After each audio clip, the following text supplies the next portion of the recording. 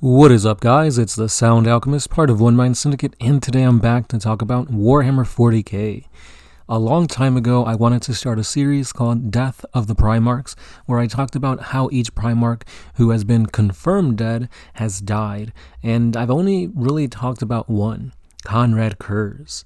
But in this one, as you can see by the thumbnail, we are talking about probably one of the most famous and notable deaths in 40k, besides Horus, of course, and that is none other than Ferrus Manus. This guy had an awesome bromance going on with Fulgrim, and it's a tragic tale of two brothers who honestly would die for one another, and how their deaths, or at least one of their deaths, impacted the other so much so.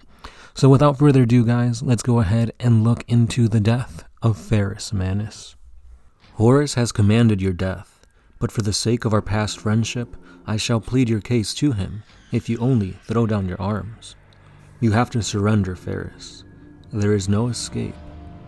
Ferrus Manus tore his eyes from the slaughter of loyalist forces, his teeth bared with the volcanic fury of his homeworld. Maybe not, traitor, but only dishonor holds any terror for me, spat Ferrus.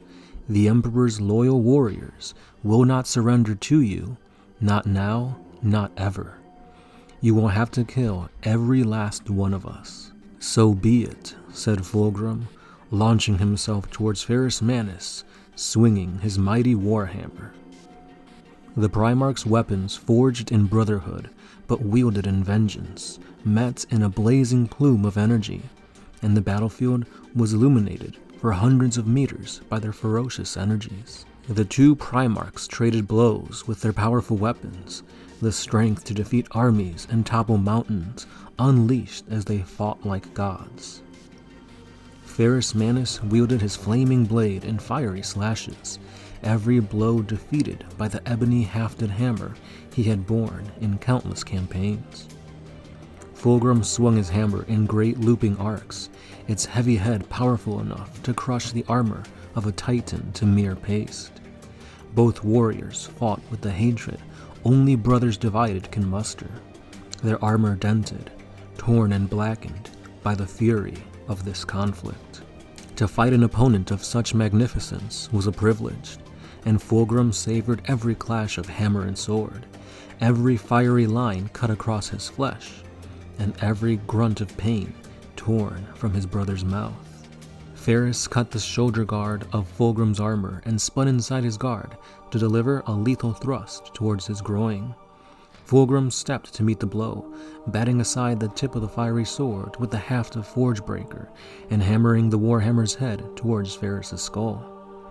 The Primarch of the Iron Hands took the blow, dropping to one knee, but he then lashed out with his blade, the sword's fiery tip cutting across Fulgrim's stomach, opening his armor and tearing through his flesh. The pain was indescribable, and Fulgrim fell back, dropping his hammer as his hand sought to stem the blood pouring from his body. Both Primarchs faced each other on their knees, through a haze of pain and blood, and Fulgrim once again felt an ache of sadness well within him. The pain of his wounds and the sight of his brother's broken skull, coated in blood, tore a window into his mind. The sensation was like a powerful gust of fresh mountain air, clearing away the fog that had wrapped him in a suffocating embrace for so long that he no longer noticed until it was gone. "My brother," he whispered, "my friend." "You have long since lost the right to call me friend," snarled Ferrus, pushing himself to his feet, staggering towards Fulgrim with Fireblade raised to smite him. Fulgrim cried out, and his hand leapt unbidden to his waist as the flaming blade carved a burning path towards his neck. Silver steel flashed as he drew the sword he had taken from the Laren temple and blocked the descending weapon. Ferrus's sword hissed and spat as it bit into the silver blade, the Primarch of the Iron Hands' strength forcing the blazing metal, centimeter by centimeter, towards Fulgrim's face. "No," cried Fulgrim, "this is not right." The amethyst stone at the hilt of Fulgrim's sword pulsed with an evil light, bathing Ferrus Manus' face in a leering purple glare. Energy streamed from the blade, and musky smoke billowed around them, deadening sounds and obscuring sight. Fulgrim felt a monstrous presence swell around him, its power and nameless essence more intoxicating and dreadful than anything he could ever have imagined. With a cry of animalistic strength and rage, he surged to his feet and hurled Ferrus Manus back, spinning and lashing out with his sword. The silver edge bit deep into the breastplate of his brother's armor, and the Primarch of the Iron Hands cried out, falling to his knees once again as the blade's flaring energies parted his dark armor like a fingernail through cold grease. Hot blood sprayed from the wound, and Fireblade slid from Ferrus's hand as he gasped in fierce agony. "Finish him!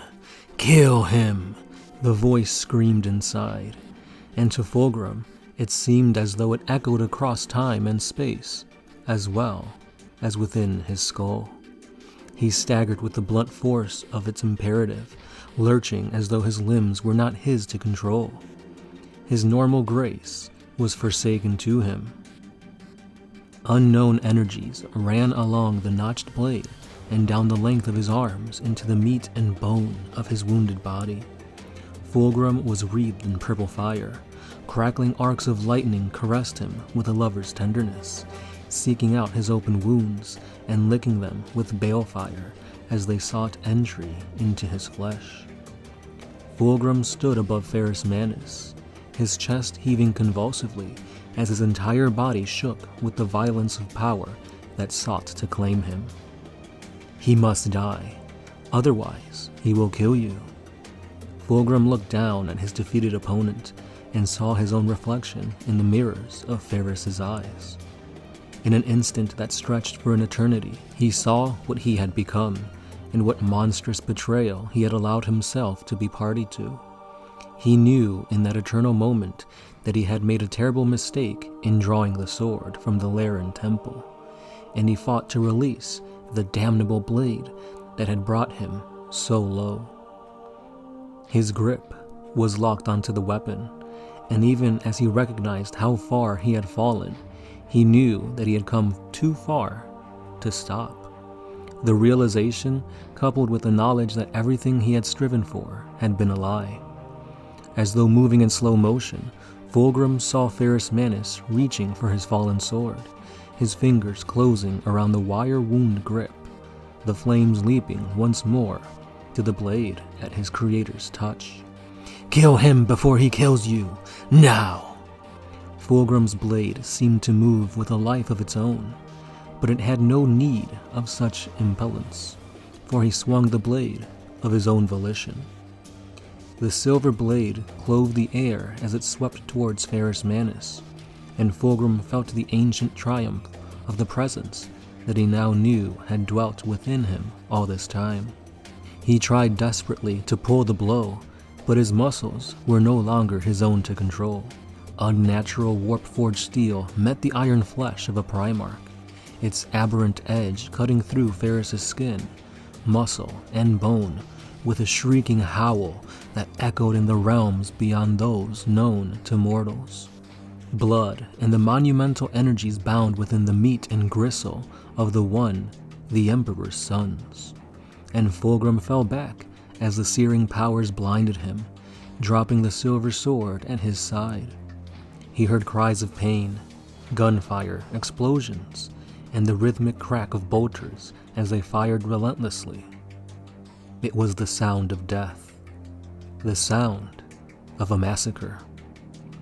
His entire body ached with pain and loss, but Fulgrim pushed himself upright.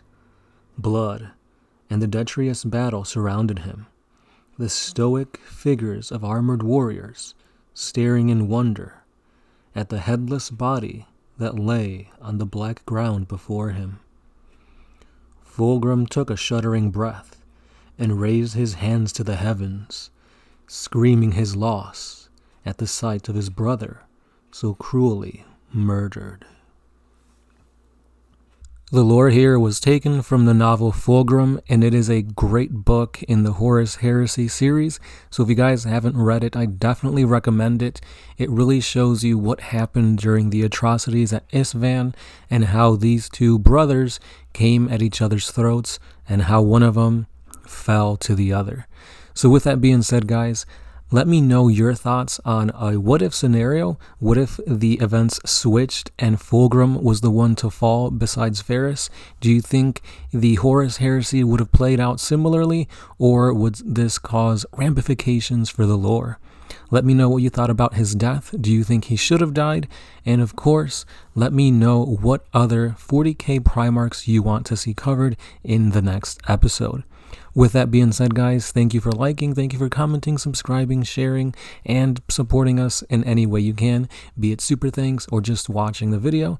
And of course, this has been The Sound Alchemist, part of One Mind Syndicate, and I'll see you in the next one. Peace.